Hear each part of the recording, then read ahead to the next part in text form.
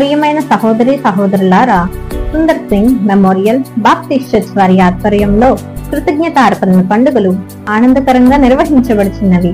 November 7, 8, 9 తేదీల్లో శుక్రవారం, శనివారం మరియు ఆదివారం సాయంత్రం 6:30 నుండి 9:30 వరకు ఈ కృతజ్ఞత ఆరాధన జరుగును.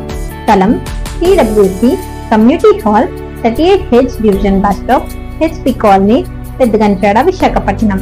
ప్రధాన ప్రసంగకులు రెవరెండ్ M. డానియల్ వరప్రసాద్ గారు, symbols of Christ, Visakhapatnam. Reverend P.